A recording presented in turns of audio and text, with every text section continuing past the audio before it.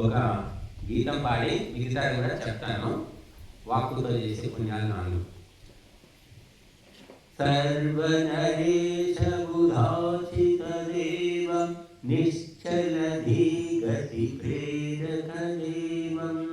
దుఃఖత్రయాతి సుభంజక దేవం తచ్చ స్మరామి సదా హృది దేవం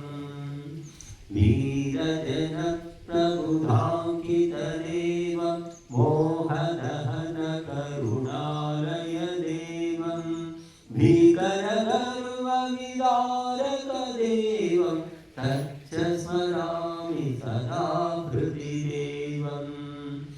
సౌమ్య సుబుద్ధి ప్రదాయక దేవం సిద్ధి వివర్ధన కారణ దేవం శుద్ధి శుభాస్పద వర్ధక దేవం తచ్చ స్మరామి సదా హృది దేవం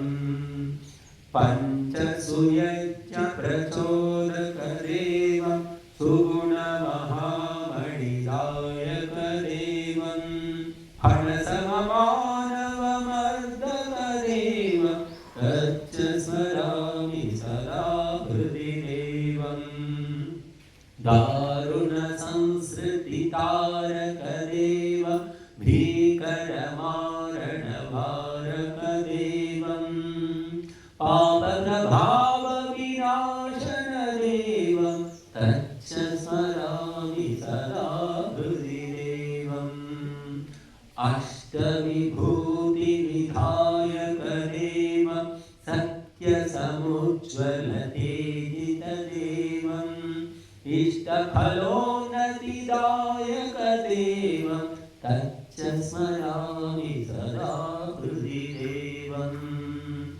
జడచర జగదభివ్యాపక దేవం సురనర బృంద సరాచిత దేవం పరమ సుఖం